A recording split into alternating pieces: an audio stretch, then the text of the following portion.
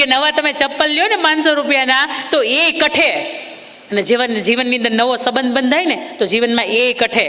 પણ એ 500 રૂપિયાના ચપ્પલ કઠે ને છતાંય આપણે કોઈને દઈ નથી દેતા. આપણે 2 વખત 5 વખત 10 વખત એ ડંખ પડે ને છતાંય પહેરીએ છીએ. તો એ 500 રૂપિયાના ચપ્પલ સ્વીકારી લઈને ભલે માણસ આખી જિંદગીનો સંબંધ કેમ આપણાથી સ્વીકારાતો નથી? શરૂઆતમાં એ કટશે, પણ તમે એને સ્વીકારી લેશો ને તો એ કઠવાનું બંધ થઈ જાય. વાત અહીંયા હું કરું છું કે લગ્નના માંડવે સરસ મજાનો મંડપ આવે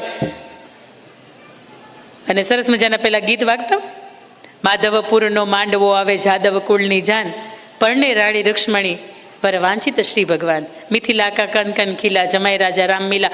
આ બધુંય ભૂત 6-8 મહિના કે વર્ષ દિવસ થાય ને એટલે ઉતરી જાય.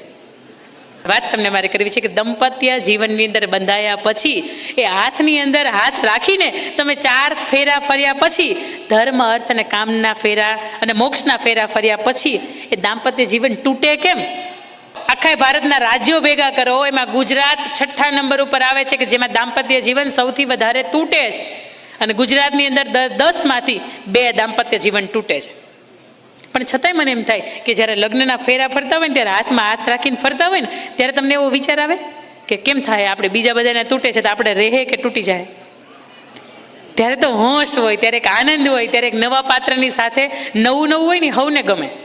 પણ મેં તમને કીધું એમ કે 6-8 મહિના વર્ષ દિવસ થાય ને એટલે એક ભૂત ઉતરી જાય.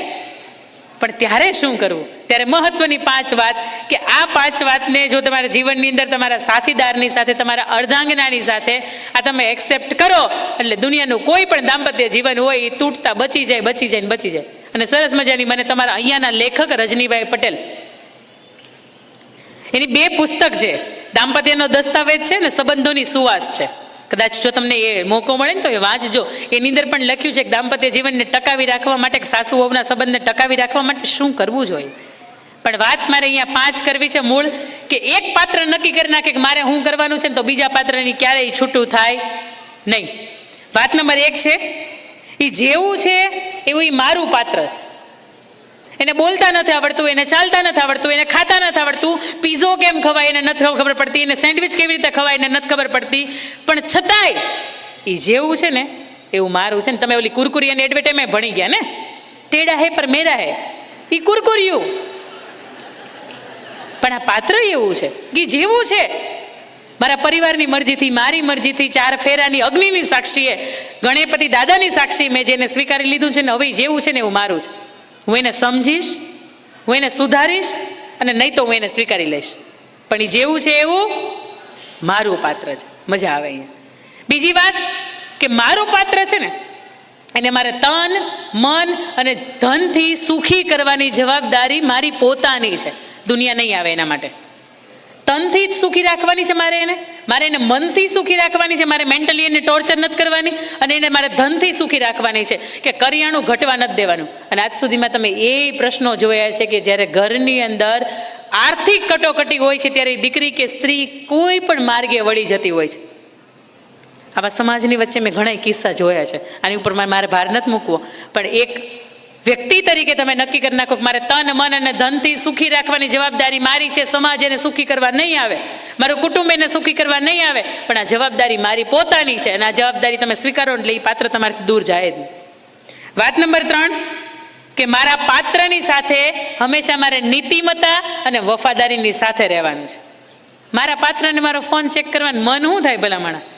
તમે હોય જ એવા તો 15 વખત ફોન ચેક કરે ને તમારે કાંઈ ન મળે ને એને અંદરથી એમ થાય કે આ તો ખોટો રાતે ઉઠીને 2 વાગે ચેક કરી છે આપણે.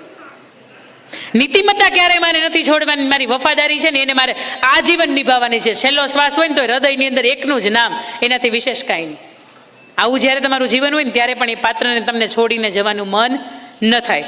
વાત નંબર 4 કે મારા પાત્રનું સ્વાભિમાન છે ને એ હું ક્યારેય ઝૂકવા નહીં દઉં. ઘણી વખત વાત આવે કે એક પુરુષ તરીકે એક સાસુ અને પોતાના મમ્મી અને પોતાના પત્ની આ બેની વચ્ચે સેન્ડવિચ જેવો એ થઈ જાય. પણ ત્યારે પણ એમાંથી સાચું કોણ છે ને ખોટું કોણ છે ને આ નિષ્પક્ષ પ્રત્યે કહેજો. ભલે તમે એની સાથે 35 વર્ષ કાઢ્યા હોય, 30 વર્ષ કાઢ્યા હોય, છતાં એ 3 વર્ષથી પરણીને આવી હોય એ સાચી હોય, ક્યારેક એનોય પક્ષ લેજો. કારણ કે એનું સ્વાભિમાન ઝૂકશે ને સાહેબ તો એને રહેવાનું મન નહીં થાય તમારી હારે. એના તમારા કારણે એના જીવનમાં લાંછન લાગશે ને તોય તેને તમારી સાથે રહેવાનું મન નહીં થાય. અને વાત નંબર 5, ભૌતિક સુખ સગવડતા કરતા એની હૈયાતી છે ને એ મારા માટે પહેલી પ્રાથમિકતા છે. 5 કરોડનો બંગલો હોય સાહેબ, પણ એ વ્યક્તિ હાજર ન હોય તો કોની સામે તમે તમારો જીવનનો જે દિવસ છે કેવો રહ્યો કેવો નહીં તમે કોની સામે કહેવા જાઓ?